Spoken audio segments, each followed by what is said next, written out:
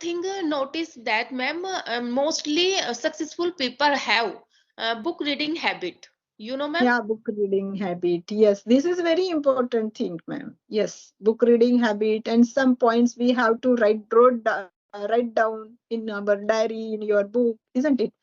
Okay, reading is very important, listening is very important, and I want to include these two things in good habits. Yeah, yeah.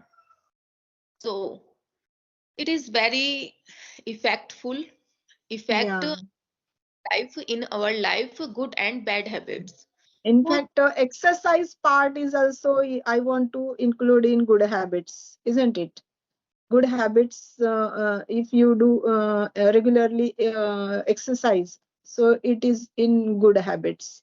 And yes, we have to sorry, we have to care our nature,